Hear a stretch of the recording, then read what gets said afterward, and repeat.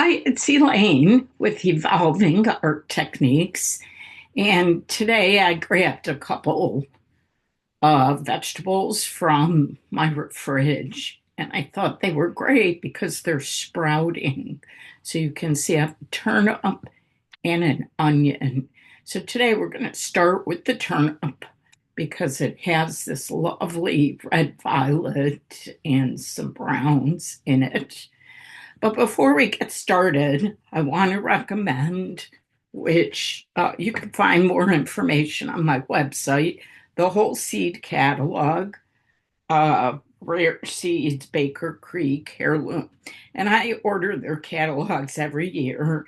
They take the most beautiful photographs. They do offer um, a free catalog on the rare seeds, but their photography has been excellent and great if you want to draw some flowers, fruits, and vegetables.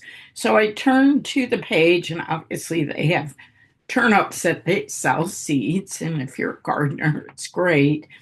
And I thought, sometimes they offer unusual turnips that I may not see at the grocery store. Usually, when I buy turnips, they're in a bag and there's like four or five in them. And I was making a soup this morning, so I thought this would be great. So, the whole seed catalog, the new one you can purchase online, and they'll be shipping it out. Sometimes, if you're up north, I've found them at Barnes and Nobles and some other bookstores down in Florida. Usually they come out a little bit different because our growing season is slightly different. So I have my Stillman and Burns sketchbook.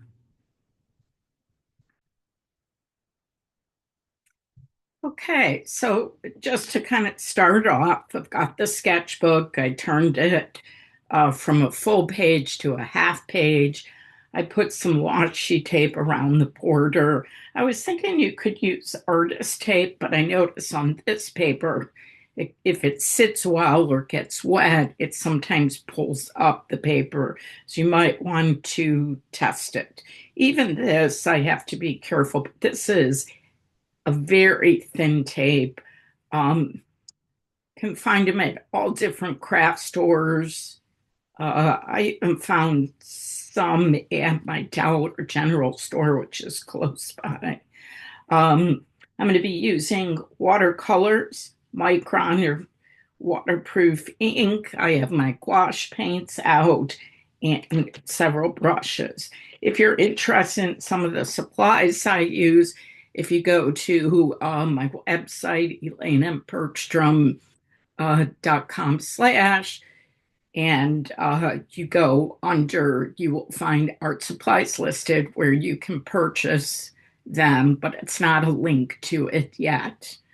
So that should be helpful. I also love my gridded ruler to kind of line up, like I was trying to use the same type that they did for the turnip. It's not exactly the way it is, but at least I positioned it for spelling.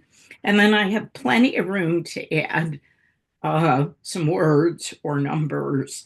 I can also start with what am I noticing?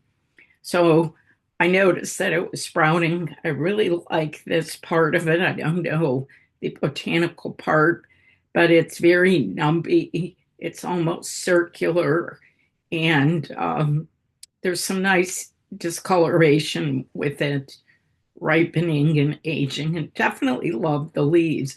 The leaves remind me almost of a feathery celery, and I was actually going to look it up and see if it might be in the same family. I'm not sure we'll get to the onion today, maybe another time. Um, and we'll go over some basic tips. So I did kind of sketch it out, and then I turned the top of it so I can repaint that. I really liked that. Put in a shadow, and you can see right now there's a lot of different erasings and pencil marks.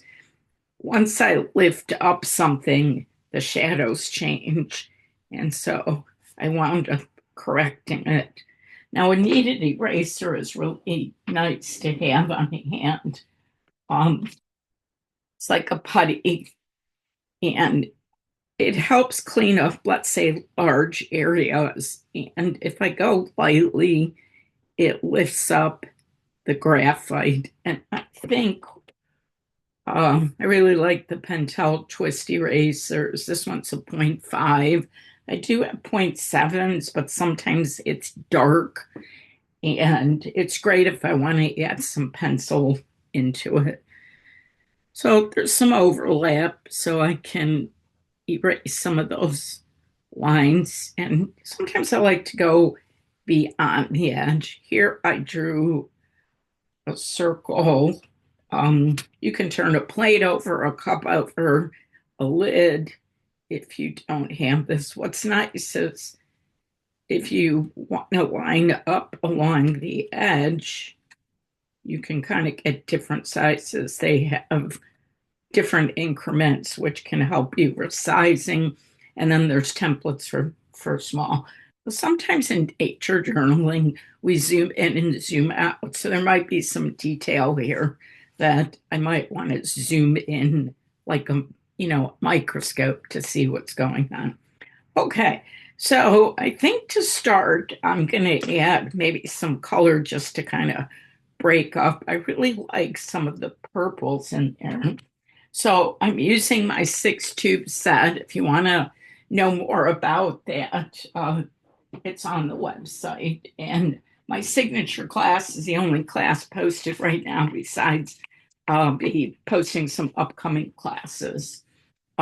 So I always activate my watercolors. These come from tubes and they're dried out in the pans.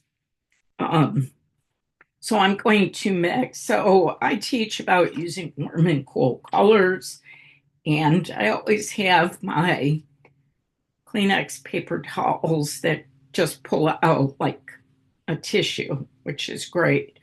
Hard to find. Sometimes I can find them at my local uh, Target. Okay, so we need kind of maybe a purple color. So here it goes from red, violet to maybe a little bit deeper blue. So I'm going to make, always start with the dark color first. I mean, the light color first, excuse me. It's much easier to add dark. So this is my cool red.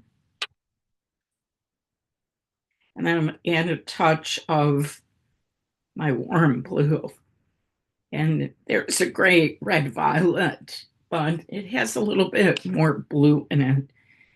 And what I love about learning about 6 tubes, that seems pretty good. Let's try a sample piece of paper here.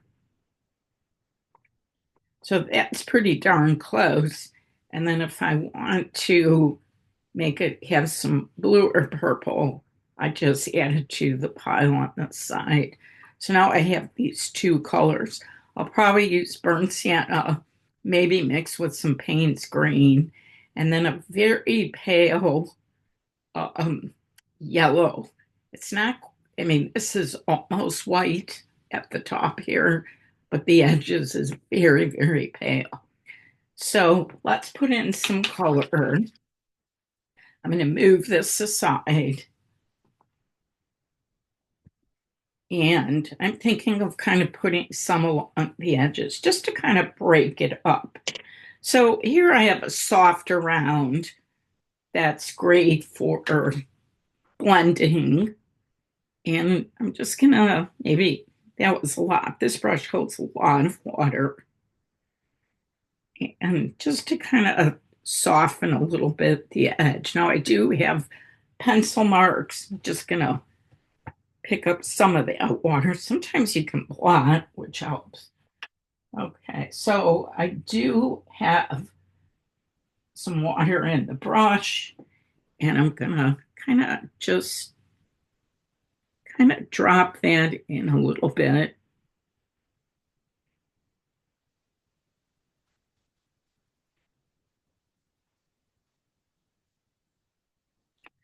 I like working with circles a lot, but sometimes I just turn my colored pencil kit that's in my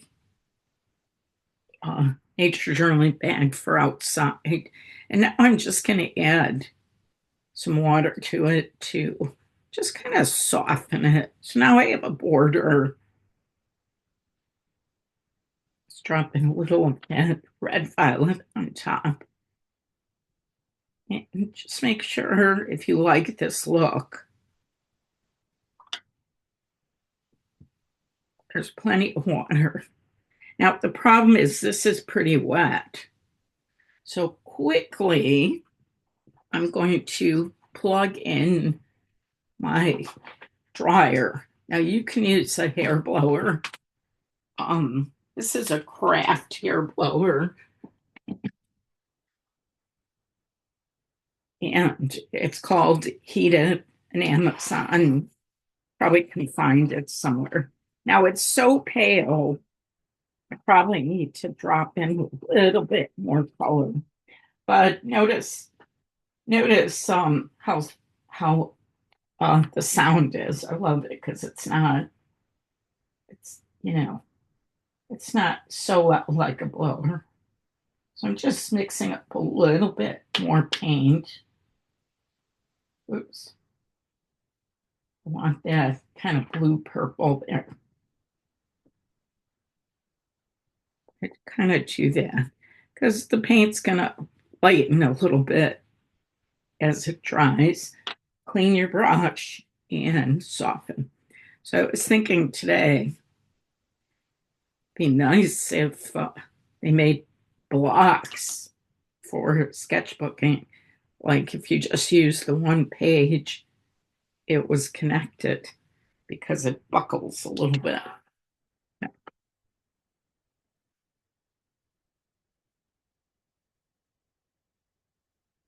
That takes a second. Now, if you want to mix more colors in, then keep it wet while you're dropping in colors. Just carrying through the purples to kind of have it kind of, melding and working together. Yeah. So that's pretty much done. Great. And to talk about this, so if you're a purist, you can use the paper. I'm noticing it has a little bit of cream in it. So one color that you can use is a titanium. So let me just put a little bit of that out for you to see. This one is a Daniel Smith product.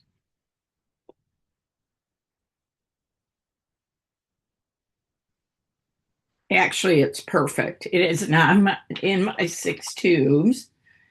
Um, if I was going to make this today, I'll just use it for time. But if I was going to make it, I'd probably make it with some gouache and a hint of maybe burnt sienna or brown, or even a drop of color just to tint it. It's not quite yellow ochre, so you have to kind of play with it.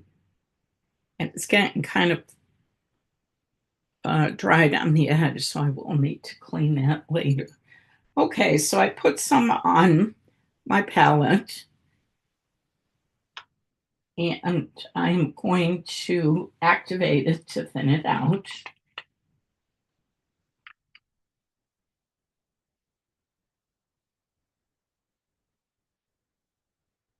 And then, of course, I'm going to wet uh, the turnip. So I have to pre-wet it so that I don't have hard edges.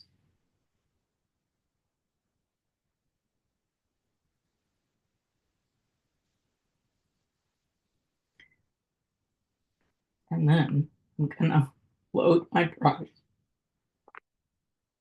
And I like using a round brush most of the time. Um, these particular brushes, I really can get a lot done.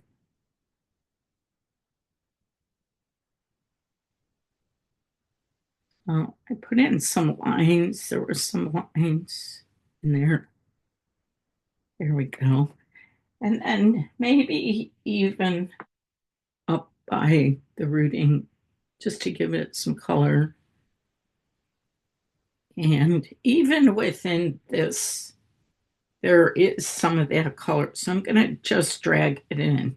And careful because the pencil can grate the spots. And then I can add maybe a white gouache on top, or I can lift the paint while it's wet to get it even lighter. And that's just with a clean brush. Now I'm noticing with the light, this side will be, you can see on the screen, it's definitely darker and grayer. So we'll have to address that. Okay, so now I'm gonna drop in a little bit of that red violet. It's still wet.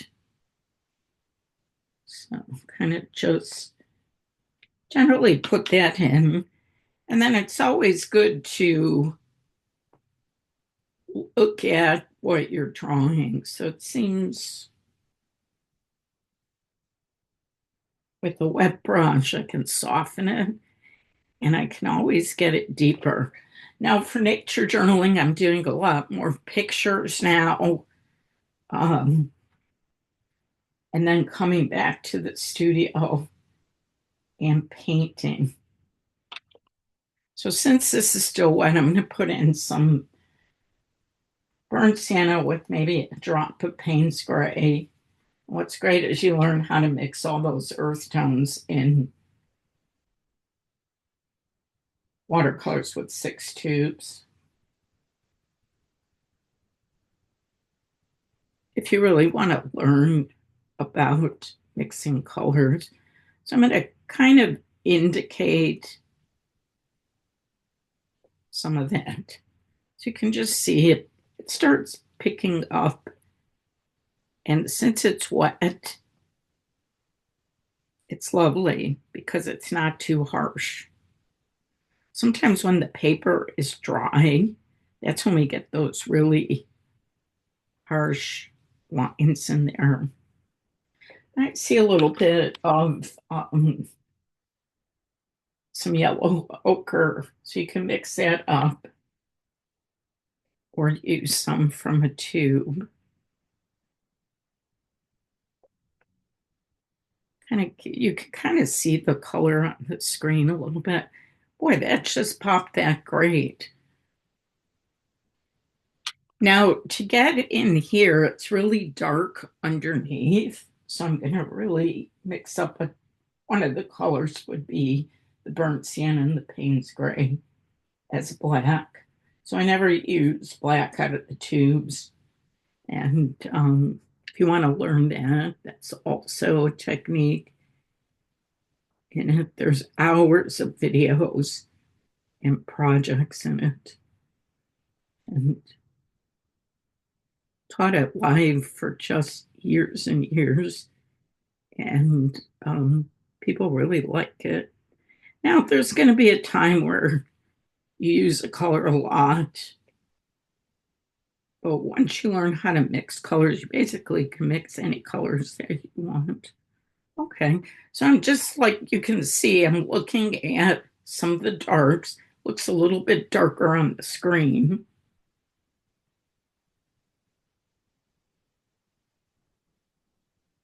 There's not too much dark. I do like this piece that's underneath it. So just gonna do some indicating here. Imply. Okay. That's good. And I want to kind of pop this color. It's still a little wet.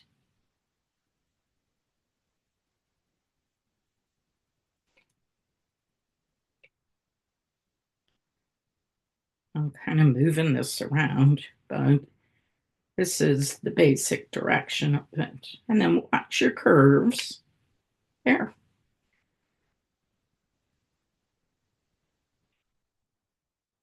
And there's some very faint, but I think if we put in some shadow color, I'm going to take some burnt sienna and maybe add my cool red to it a little bit.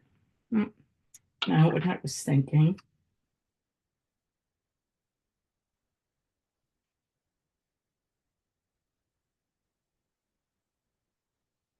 Okay, let me show you the color. So I took some burnt sienna red and added some Payne's gray. So it's got like a little red cast to it. I'm just thinking shadow. It's almost gray too. So maybe that's not. Let's just put it here. A little bit. Okay, so I'm going to take my brush. It's dry. So I'm going to add some water so I get soft lines. And then just take a dab and put that in. And then I can kind of see more so on the screen. There. So that just gave it a little bit of color. So if I kind of hold it there to see the shadow and maybe a little bit there. Now I'm talking a drop of color. Maybe I could use that color in here a little bit. And then it picks up that color so your eye is subtly focused. Very simple. Okay, now for the green. So we said it needs a very pale green. Let me put it up here so you can see it. And it seems a little bit of olivey brown. So I'm gonna take my warmer yellow and I'm gonna take, let's see, my warm blue. See what I come up with. Oops, wrong yellow. Sometimes, like the mixing part, let's see. I didn't mix too much, but that looks pretty good. It might be some tinges of a darker olive green.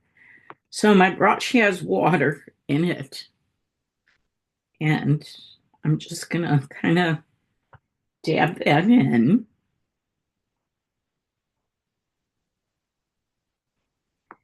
And even though I didn't start that one, since I have a little bit of the paint, I'm gonna apply it. It's a little light. So I'm gonna make a little bit more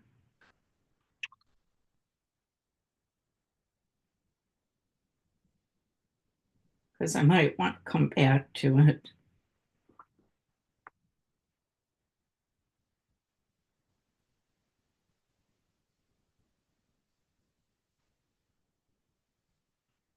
A little bit stronger this time.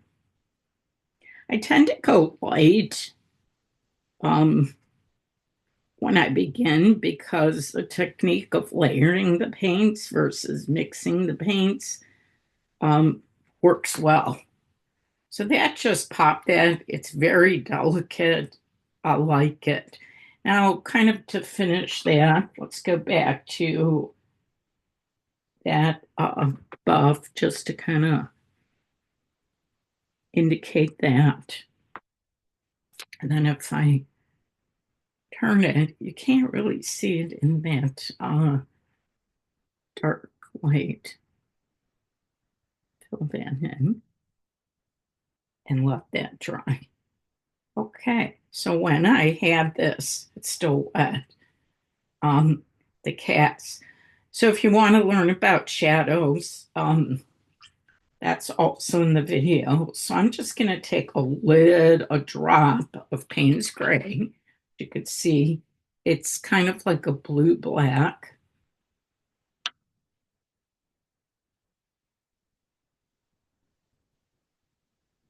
Very light, so very thin.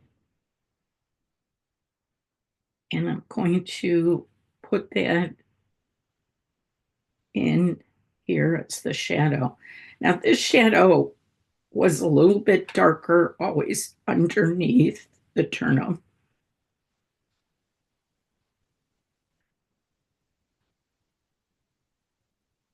A little bit too much paint.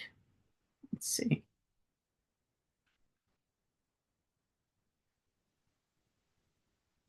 Now do all this while it's wet because once it starts drying, you're better off stopping.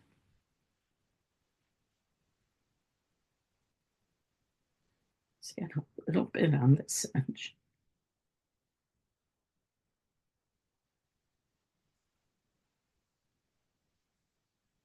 There, just enough to kind of hint it. There probably would be uh, some shadow. Let's see.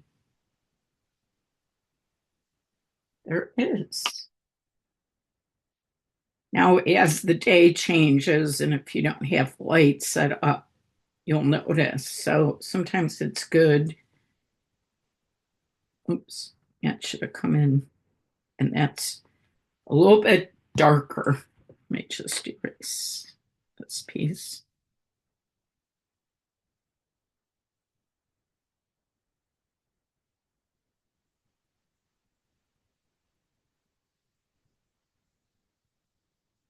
So see, once it moves, it's hard sometimes to line it up. But I do like that in it. And I like this piece because it can be darker. So I'm going to go darker with that. Um, so let's see.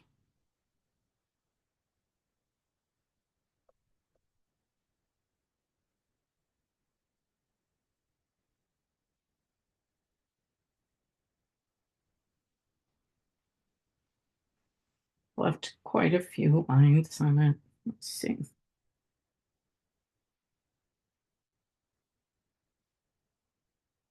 I'm just tapping it in. It's wet. So I'm letting the paint kind of blend in a little bit. And I think we'll go darker once it dries a little bit. Let's see.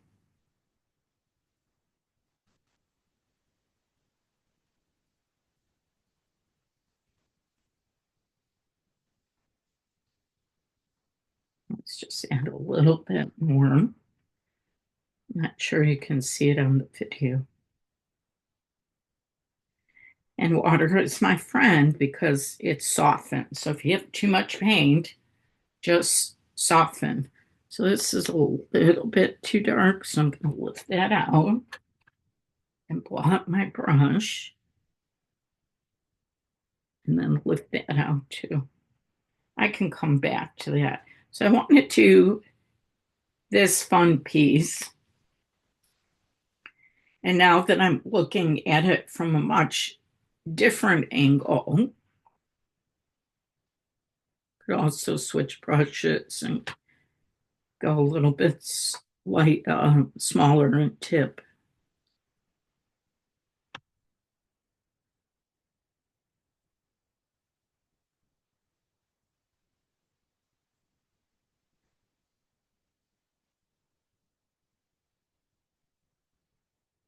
Sometimes I'll use a pencil or sepia pen, sepia micron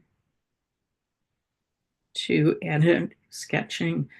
Now, if I was out in the field, I'd have to have, time to explore what I'm drawing and playing with. So that's wet. Okay. So let's do the turnip. And a lot of times I like to pick up the colors that I'm using. Could also outline it. Um, so I put,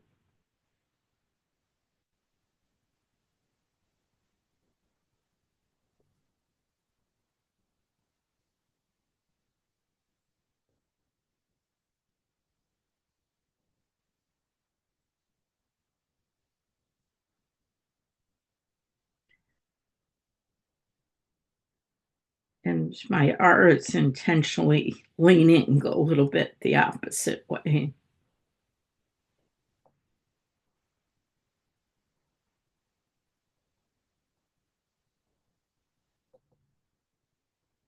And think about spacing, like that piece too far away. So before I ink it,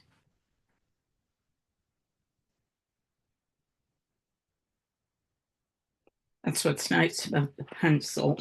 Sometimes I use non-photo blue pencils um, as well.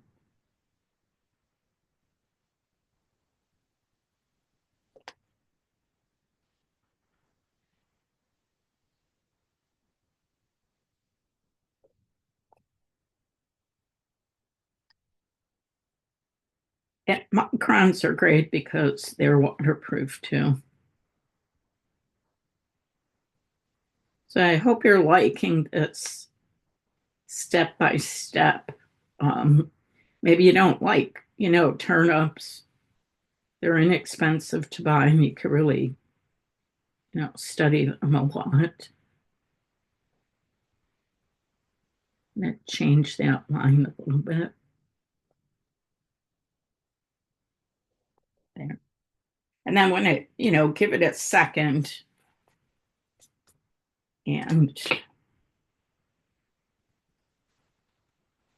it will dry. The ink pens, even though they're, if you use the water soluble, oh, I guess I drew a lot of those lines. Let's see, this is done here. So it's okay to have some lines, kind of gives it some shading too. Now back here, I want to add some color, and I'm thinking to pick up some of that burnt sienna a little bit. So very pale. I'm adding water just to give it a little bit of color.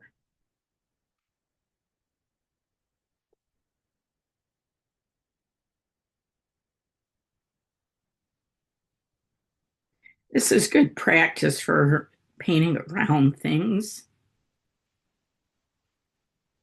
and keeping your lines, but everything else pretty much has to be dry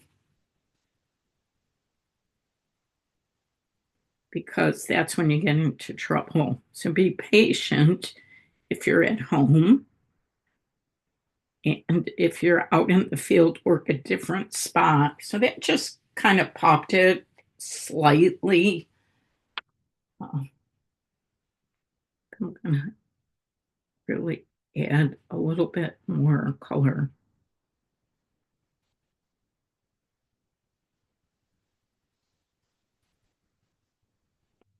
So the paper was dry. Let's bring this up a little bit.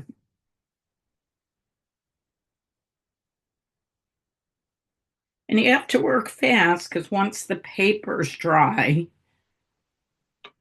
uh, you don't want to keep adding. So if the paper, if you're adding and it's dry and you just want a slight area, make sure your brush has a good amount of water in it. Because you don't want that maybe streaking like it's starting to dry and this part was dry. So that really popped it. Now it doesn't look like that has enough color.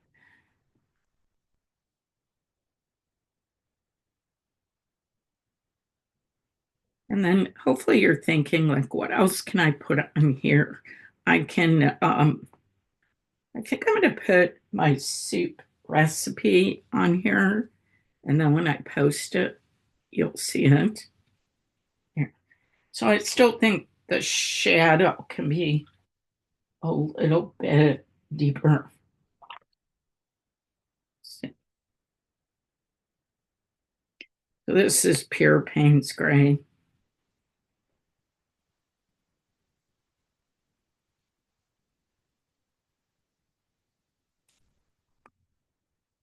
I think that holds up better. And maybe a little pop of more yellow green.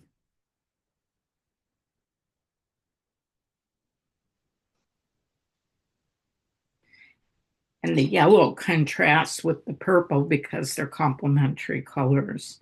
So now we need to think of what do we want to put in there. Okay, so I'm gonna get rid of a couple of these lines. I'm gonna clean up that.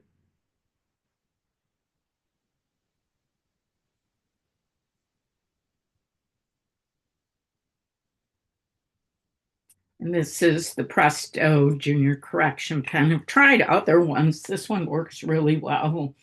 I forget who uh, recommended it, but I like to keep one in my nature journal bag too. Now, if I was doing a watercolor painting, not a nature journal, I would use gouache to clean up or just accept the mistake. Sometimes you can't. I love my little shader. That really helps lift off. I think I used it in the last video a little bit. So I'm just kind of double checking with the video to see if it's showing up. Okay, color. So I'm thinking maybe that green. Let's see. First, I was thinking purple.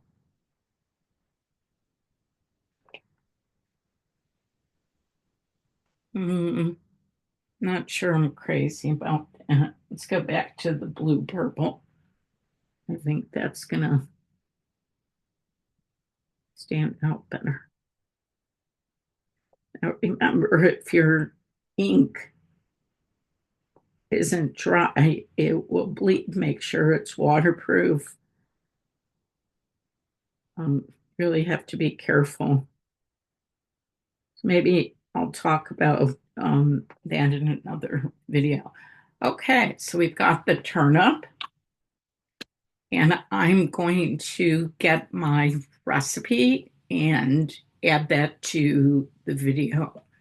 And I'm going to use it right in this spot. So I hope you enjoyed it. Please like if you got something out of the video. Follow me and make sure you check me out on my website and Instagram and Facebook. It's Elaine M. Bergstrom and Artist Perspective. Have a great day. Thank you.